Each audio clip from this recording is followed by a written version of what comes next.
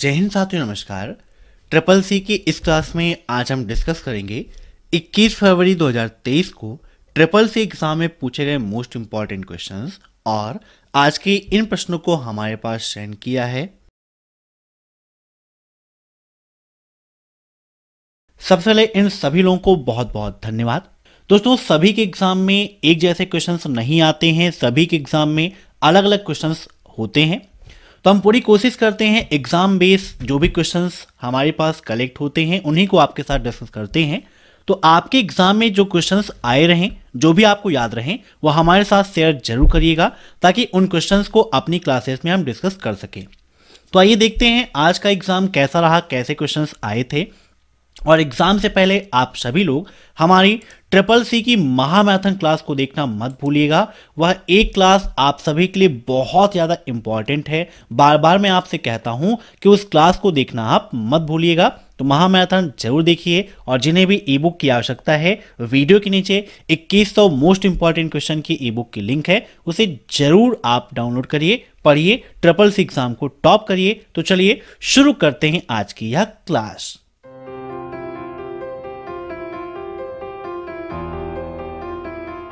आज का पहला प्रश्न है, निम्नलिखित में से कौन सी कंप्यूटर भाषा केवल बाइनरी कोड में लिखी जाती है?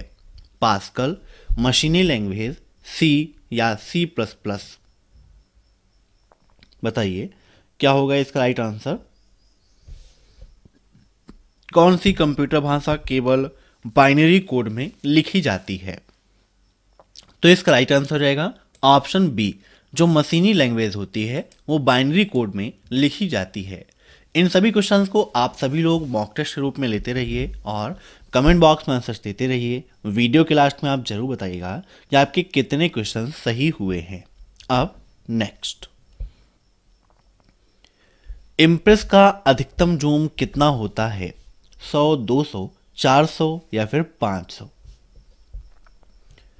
अब दोस्तों यहाँ पर अगर आपने पढ़ा है लिब्रे ऑफिस इम्प्रेस तो आपको पता होगा कि इम्प्रेस का जो जूम होता है वो मैक्सिमम कितना होता है? 3000 होता है। लेकिन यहाँ पर ऑप्शन में 3000 नहीं दिया गया है, तो जो ऑप्शन दिए गए हैं उन्हीं के अकॉर्डिंग आपको आंसर देना है। तो यहाँ पर हाईएस्ट वैल्यू कौन सी है आपकी? यहाँ पर देखिए, हम इम्प्रेस प्रेजेंटेशन ओपन कर लेते हैं और दिखाते हैं विद प्रैक्टिकल, जूम करके दिखाते हैं। तो यहाँ पर देखिए अभी जूम साइज कितनी है? 71 दिख रही है। यहाँ पर हम प्लस करते जाते हैं और यहाँ पर आप देख सकते हैं मैक्सिमम जूम साइज कितनी हो गई इसकी? 3000% हो गई है। और मिनिमम ऐसे करना है तो मिनिमम कर देंगे तो मिनिमम कितनी हो जाती है? 5 इसकी जूम साइज हो जाती है। कितनी? याद रखिएगा, मिनिमम 5 और मैक्सिमम अगर आप करते हैं तो 3000। ठीक है। लेकिन यहाँ पर ऑप्शन जो है, ऑप्शन में आपको सिर्फ कितना दिया गया है? 100, 200, 400 और 500। तो सबसे हाईएस्ट कौन सी है? 500 है। तो राइट आंसर इसी को आपको टिक कर देना है। अब next, when was the actual term internet of things coined? वास्तविक शब्द इंटरनेट ऑफ थिंग्स कब गढ़ा गया था? यह क्वेश्चन कई प्रकार से ट्रिपल सी एग्जाम में पूछा जाता है। यहाँ पर कुल मिला के ये पूछ रहा है कि इंटरनेट ऑफ थिंग्स की खोज कब हुई, इसकी शुरुआत कब हुई? 1998, 1999, 2000 या 2002? बताइए क्या होगा इसका राइट आंसर। तो वास्तविक शब्द इंटरनेट ऑफ थिंग्स IoT कब गढ़ा गया था? तो राइट आंसर इसका हो जाएगा ऑप्शन बी, 1999, 1999 में। अब नेक्स्ट, क्या नेफ्ट से मनी ट्रांसफर करते समय IFSC की जरूरत पड़ती है? Is IFSC required while transferring money through NEFT? True या फॉल्स? बताइए क्या होगा इसका राइट आंसर। नेफ्ट से मनी ट्रांसफर करते समय IFSC की जरूरत पड़ती है, ट्रू या फॉल्स? अब ट्रिपल सी एग्जाम में पूछता है कि भाई नेफ्ट का फुल फॉर्म क्या है ना? तो नेफ्ट का फुल फॉर्म होता है नेशनल इलेक्ट्रॉनिक फंड ट्रांसफर। क्या होता है? नेशनल इलेक्ट्रॉनिक फंड ट्रांसफर होता है, नेफ्ट का फुल फॉर्म, है ना। नेफ्ट कब लॉन्च हुआ, यह प्रश्न भी आपके एग्जाम में पूछा जाता है कि नेफ्ट को कब लॉन्च किया गया था या नेफ्ट की शुरुआत कब हुई थी। तो नेफ्ट की शुरुआत हुई थी 2005 में। कब हुआ था? 2005 में नेफ्ट की शुरुआत हुई थी। और किसके द्वारा ऑपरेटेड है? आरबीआई इसको ऑपरेट करता है, आप लोग जानते होंगे। तो यहाँ पर इसका राइट आंसर क्या हो जाएगा? ऑप्शन फर्स्ट ट्रू, बिल्कुल सही है। नेफ्ट से मनी ट्रांसफर करते समय आईएफएससी की जरूरत पड़ती है। अब नेक्स्ट, यूनिक्स सिस्टम द्वारा फाइलों को संपादित करने के लिए किस संपादक का उपयोग किया जाता है? मतलब यूनिक्स ऑपरेटिंग सिस्टम का उपयोग करते समय फाइलों को एडिट करने के लिए किस एडिटर का उपयोग किया जाता है? Word, notepad plus plus, VI या नोटपैड? तो यहां पर इसका राइट आंसर हो जाएगा ऑप्शन सी, वीआई एडिटर का उपयोग करते हैं। ठीक है, ऑप्शन सी इज राइट। अब नेक्स्ट, लिब्रे ऑफिस राइटर में टेबल इंसर्ट करने के लिए किस विकल्प का उपयोग किया जाता है? मतलब राइटर में अगर आपको टेबल इंसर्ट करनी है तो किस मेनू के माध्यम से आप टेबल इंसर्ट कर सकते हो? फॉर्मेट, स्टाइल, टेबल या फिर फॉर्म? दूसरा क्वेश्चन इसी मेनू से यह पूछाता है, मतलब इसी से संबंधित, कि टेबल इंसर्ट करने के लिए शॉर्टकट की क्या है? तो यहां पर देखिए, हम राइटर ओपन कर लेते हैं। राइटर में जब हम जाते हैं टेबल मेनू में, तो यहाँ पर टेबल मेनू में सबसे पहला ऑप्शन मिलता है इंसर्ट टेबल का, जिसकी शॉर्टकट की होती है कंट्रोल प्लस F12। अब यहाँ पर इंसर्ट टेबल पर क्लिक करते हैं तो पहला ऑप्शन देता है टेबल नेम। तो एक क्वेश्चन यहाँ से ये बनता है कि क्या लिब्रे ऑफिस राइटर में हम टेबल का नेम चेंज कर सकते हैं? तो जी हाँ, बिल्कुल सही है। टेबल का नाम आप अपने अकॉर्डिंग कस्टमाइज कर सकते हो। दूसरा क्वेश्चन यहाँ से यह बनता है कि लिब्रे ऑफिस राइटर में बाय डिफ़ॉल्ट कॉलम और रो की संख्या कितनी होती है? तो 2 और 2 होती है कॉलम और रो की बाय डिफ़ॉल्ट संख्या। अब यहाँ पर इंसर्ट पे क्लिक कर देंगे तो यहाँ पर आप देख सकते हैं कि आपकी टेबल इंसर्ट हो चुकी है, जिसमें 2 रो और 2 कॉलम हैं। तो यहाँ पर इसका राइट आंसर क्या हो जाएगा? ऑप्शन सी, टेबल मेनू में आपको इंसर्ट करने का ऑप्शन मिलता है। अब नेक्स्ट, कौन सी क्लाउड कंप्यूटिंग सेवा का एक प्रकार है? Service as a software, software and a server, software as a service या सॉफ्टवेयर एज अ सर्वर?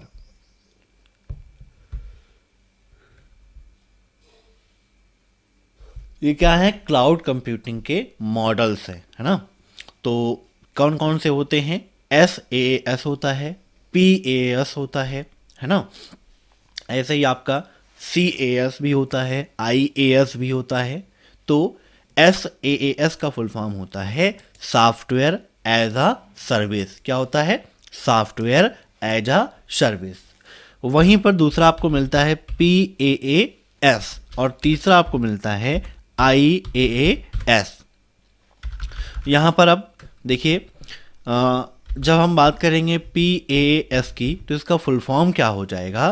तो प्लेटफॉर्म एज ए सर्विस होता है इसका फुल फॉर्म, और IaaS का फुल फॉर्म होता है इंफ्रास्ट्रक्चर एज ए सर्विस।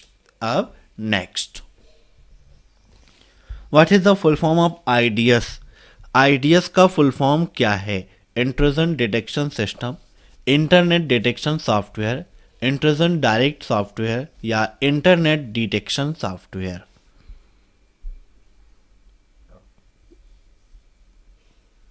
तो IDS का फुल फॉर्म होता है intrusion detection system.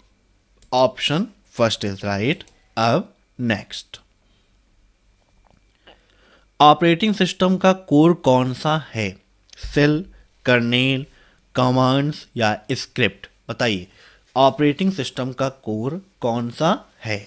Which is the core of operating system? तो ऑपरेटिंग सिस्टम का कोर माना जाता है कर्नेल को, है ना। इसे हार्ड भी कहते हैं। Option B is right. अब next,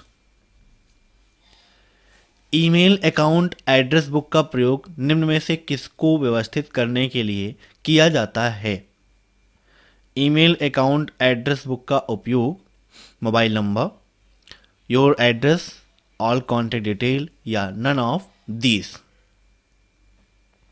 the email account address book is used to organise which of the following? बताइए। तो इसका राइट आंसर क्या हो जाएगा? ईमेल अकाउंट जो है उसका जो एड्रेस बुक है कॉन्टैक्ट डिटेल को व्यवस्थित करने का काम करता है। Option C is right. अब next, HFC contains fibre cable, coaxial cable, combination of fibre cable and coaxial cable या ट्विस्टेड पेयर केबल? बताइए। HFC contains. अब HFC का फुल फॉर्म क्या है, यह भी CCC एग्जाम में पूछा जा सकता है। तो HFC का फुल फॉर्म होता है हाइब्रिड फाइबर कोएक्सियल। क्या होता है? Hybrid fibre coaxial. मतलब ये किसका कॉम्बिनेशन है? फाइबर केबल का और कोएक्सियल केबल का कॉम्बिनेशन है। नाम अगर फुल फॉर्म पता होता तब भी आप आंसर आसानी से दे सकते थे। इसका full form hybrid fibre coaxial. ये है क्या? एक telecommunication industry term for a broadband network है ना। HFC क्या है? एक क्या है? टेली कम्युनिकेशन इंडस्ट्री टर्म है। किसके लिए? ब्रॉडबैंड नेटवर्क के लिए। ठीक है। ये कब उपयोग में आई HFC? तो 1990 में यह पूर्ण रूप से उपयोग हो रही है। अब नेक्स्ट, प्रति क्लिक मॉडल के आधार पर भुगतान विज्ञापन को क्या कहा जाता है? Search advertising, feedback, referral links या सिग्नल्स? प्रति क्लिक मॉडल के आधार पर भुगतान विज्ञापन को paid advertising based on a per click models is called? Search advertising, feedback, नहीं। तो right answer option first, search advertising. ठीक है। अब नेक्स्ट, राज्यों, देशों या पूरी दुनिया में फैली डाटा संचार प्रणाली कौन सी है? लैन, वैन, मैन या फिर पैन? दोस्तों इसका राइट आंसर रहेगा ऑप्शन बी, वैन। वैन का फुल फॉर्म क्या होता है? यह भी आपके लिए इंपॉर्टेंट है। CCC एग्जाम में पूछा आता है कि वैन का फुल फॉर्म क्या है। तो वैन का फुल फॉर्म होता है वाइड एरिया नेटवर्क। क्या होता है? वाइड एरिया नेटवर्क होता है। और ऐसे ही लैन का full form local area network, जो छोटी भौगोलिक दूरी जैसे कोई ऑफिस या कोई बिल्डिंग है वहां पर वर्क करता है आपका लैन।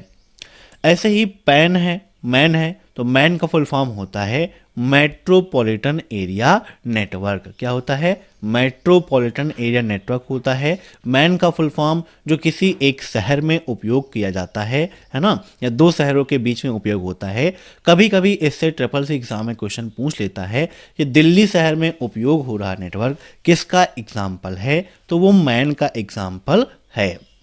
ऐसे ही पैन दिया गया है। तो पैन का फुल फॉर्म होता है पर्सनल एरिया नेटवर्क। जैसे कि जो बहुत ही कम दूरी जैसे ब्लूटूथ वगैरह उपयोग करते हैं तो वह पैन का एग्जाम्पल है। अब नेक्स्ट, निम्नलिखित में से किसने रोबोट शब्द का प्रयोग किया था? बताइए। रोबोट शब्द का उपयोग किसने किया था? कैरल चैपेक, जोसेफ या आइजैक एसिमोव या नन ऑफ दी अबव? बताइए। रोबोट शब्द का उपयोग किसने किया था? Who among the following used the word robot? तो इस राइट आंसर रहेगा ऑप्शन फर्स्ट। ठीक है, कैरल चैपेक। ओके, इन्होंने रोबोट शब्द का उपयोग किया था। अब next, packet sniffers involve. Packet इन सब किसको इन्वॉल्व करती है? क्या इन्वॉल्व है इसमें? Active receiver, passive receiver, legal receiver या फिर अदर? तो इसका राइट आंसर हो जाएगा ऑप्शन सेकेंड, पैसिव रिसीवर। ठीक है, याद रखिएगा, काफी इंपॉर्टेंट है। अब नेक्स्ट, संदेश का विषय केवल ... को शामिल किया जाता है। मतलब संदेश का जो भी मैसेज का सब्जेक्ट होता है उसमें क्या हो सकता है, सिर्फ text, image, text and image, या फिर नन ऑफ दीज। तो सब्जेक्ट में तो केवल आपका टेक्स्ट ही रहता है, इमेज नहीं रहती है। आप बॉडी में कोई भी मैसेज में आप टेक्स्ट, इमेज प्रयोग कर सकते हो, लेकिन जो सब्जेक्ट होगा, सब्जेक्ट में केवल टेक्स्ट का ही उपयोग होता है। अब नेक्स्ट, डायनेमिक वेब पेज क्या है? बताइए। डायनेमिक वेब पेज, गतिशील web page, is same every time whenever it display. जब भी यह प्रदर्शित होता है तो हर बार समान होता है। किसी प्रोग्राम द्वारा मांग या ब्राउजर से अनुरोध पर उत्पन्न करता है। Generates on demand by a program और अ रिक्वेस्ट फ्रॉम ब्राउजर। जब भी यह प्रोग्राम या ब्राउजर से अनुरोध द्वारा मांग पर प्रदर्शित और उत्पन्न होता है तो दोनों समान होते हैं। पूर्व निर्धारित क्रम में हमेशा अलग होता है। बताइए, गतिशील वेब पेज क्या है? गतिशील, डायनेमिक, जो चेंजेबल हो, जिसे आप चेंज कर सकते हैं। तो इसका राइट आंसर क्या हो जाएगा? Generates on demand by a program और अ रिक्वेस्ट फ्रॉम ब्राउजर। किसी प्रोग्राम द्वारा मांग या ब्राउजर से अनुरोध पर उत्पन्न होता है। अब next, ISDN stand for, ISDN का फुल फॉर्म क्या है? Integral service dynamic, international subscriber dial-up network, international service digital network, या इंटीग्रेटेड सर्विस डिजिटल नेटवर्क। बताइए क्या होगा इसका राइट आंसर? ISDN का फुल फॉर्म, तो इसका फुल फॉर्म होता है integrated service digital network. Option D is right, integrated service digital network. अब नेक्स्ट, IPv6 हेडर में traffic class field IPv4 header में किस फील्ड के समान है? In IPv6 header, the traffic class field is similar to which field in the IPv4 header? Fragmentation field, fast switching, TOS field, या option field? Most important question है, unique question है आपके लिए। तो इसका राइट आंसर रहेगा option C, TOS field. ठीक है, अब नेक्स्ट, नेटवर्किंग में हार्डवेयर और फिजिकल एड्रेस को किस नाम से जाना जाता है? बताइए, नेटवर्किंग में हार्डवेयर और फिजिकल एड्रेस को किस नाम से जानते हैं? MAC address, IP address, TCP address, या कंप्यूटर एड्रेस? तो नेटवर्किंग में हार्डवेयर और फिजिकल एड्रेस को हम मैक एड्रेस के नाम से जानते हैं। किस एड्रेस के नाम से? मैक एड्रेस के नाम से जानते हैं। अब CCC एग्जाम में मैक एड्रेस का फुल फॉर्म भी पूछता है कि मैक एड्रेस का फुल फॉर्म क्या होता है। तो इसका फुल फॉर्म होता है मीडिया एक्सेस कंट्रोल। क्या होता है? Media access control. यह आपका मैन्युफैक्चरिंग एड्रेस होता है जिसे चेंज नहीं कर सकते हैं।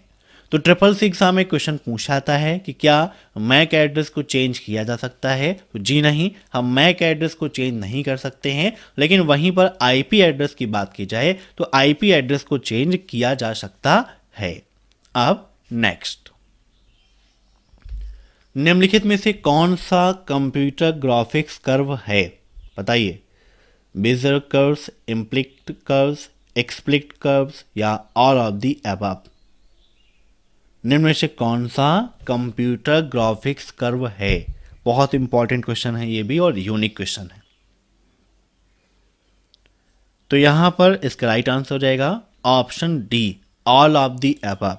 ये सभी आपके कंप्यूटर ग्राफिक्स कर्व हैं। ठीक है, तो आज की क्लास में बस इतने ही क्वेश्चंस। दोस्तों, एग्जाम के पहले कल मॉर्निंग में 7:30 AM पर जो क्लास होगी उसे अटेंड कर लीजिएगा। आज की यह क्लास पसंद आई हो तो वीडियो को लाइक कर दीजिए, शेयर कर दीजिए और चैनल से जुड़ने के लिए चैनल को सब्सक्राइब करके बेल आइकन को प्रेस कर दीजिए।